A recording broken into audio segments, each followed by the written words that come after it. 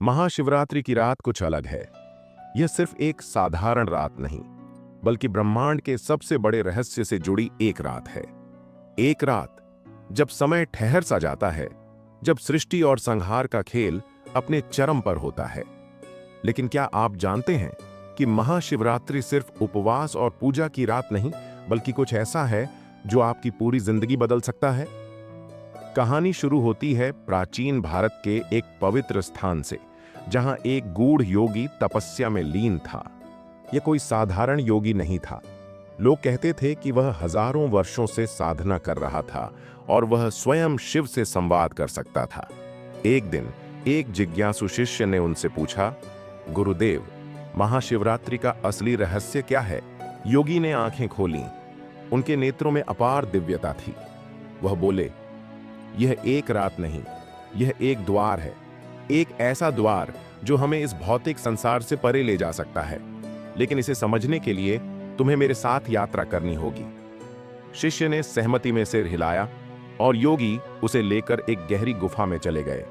वहां एक प्राचीन मूर्ति थी, भगवान शिव की।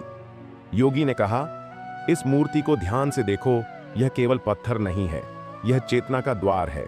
शिष्य ध्यान से देखने लगा और तभी उसे अजीब सी अनुभूति होने लगी। उसकी आंखों के सामने एक नया संसार खुलने लगा, एक ऐसा संसार जहां समय का कोई अस्तित्व नहीं था। उसने देखा कि पूरी सृष्टि एक ही ऊर्जा में विलीन हो रही है और केंद्र में एक प्रकाशमय आकृति खड़ी थी। वह स्वयं भगवान शिव थे।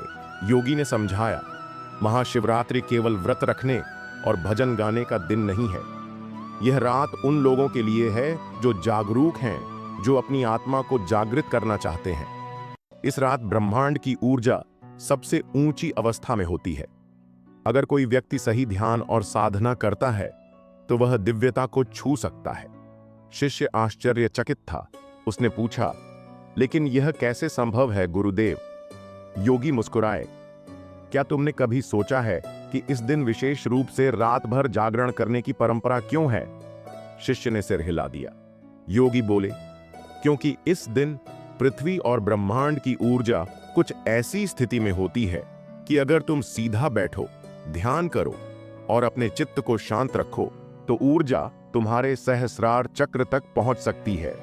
यही कारण है कि इस रात को जागरण कहा जाता है। यह केवल जागने के लिए नहीं, बल्कि आत्म जागरण के लिए होता है। शिष्य गहरी सोच में डूब गया। तभी योगी ने उसे एक और कथा सुनाई जो महाशिवरात्रि के गूढ़ रहस्य को प्रकट करती है। एक बार प्राचीन काल में देवता और असुरों के बीच घोर संग्राम चल रहा था। असुरों ने धरती और स्वर्ग में हाहाकार मचा दिया था। देवता शिव के पास सहायता मांगने गए।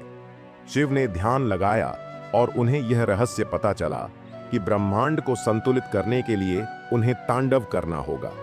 तांडव कोई साधारण नृत्य नहीं था, यह सृजन और संहार का प्रतीक था। जब शिव ने तांडव किया तो पूरे ब्रह्मांड की ऊर्जा संतुलित हो गई और देवता विजयी हुए। यह वही रात थी जब शिव ने तांडव किया था और इसी कारण इस रात को महाशिवरात्रि कहा जाता है। शिष्य स्तब्ध रह गया। महाशिवरात्रि और आज के युग में इसका महत्व योगी ने आगे कहा, आज भी अगर कोई महाशिवरात्रि की रात ध्यान करता है तो वह अपनी ऊर्जा को जागृत कर सकता है। आधुनिक विज्ञान भी कहता है कि इस रात पृथ्वी की चुंबकीय शक्ति ऐसी स्थिति में होती है कि ध्यान करने से व्यक्ति की ऊर्जा ऊपर उठती है। यही कारण है कि शिवलिंग पर जल चढ़ाया जाता है। यह केवल एक परंपरा नहीं, बल्कि विज्ञान है। शिष्य को अब यह रात साधारण नहीं लग रही थी। योगी ने अंतिम बात कही, अगर तुम वास्तव में महाशिवरात्रि का रहस्य समझना चाहते हो तो इस रात को व्यर्थ मत जाने दो। इस रात जागो, ध्यान करो और शिव को अपने भीतर खोजो। शिव कोई बाहरी शक्ति नहीं, वे तुम्हारे ही भीतर हैं। शिष्य की आंखों में आंसू थे। वह समझ चुका था कि महाशिवरात्रि केवल एक पर्व नहीं, बल्कि आत्म जागरण की रात है। यह कहानी केवल एक कथा नहीं, बल्कि एक गूढ़ रहस्य को प्रकट करने का प्रयास है। महाशिवरात्रि केवल एक पर्व नहीं, बल्कि एक सुनहरा अवसर है आत्म जागरण का।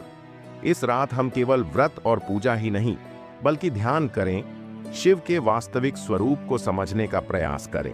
तो इस महाशिवरात्रि आप क्या करने वाले हैं, अपने विचार हमें कमेंट में बताइए। और अगर आपको यह कहानी पसंद आई हो तो इसे अधिक से अधिक शेयर करें। हर हर महादेव।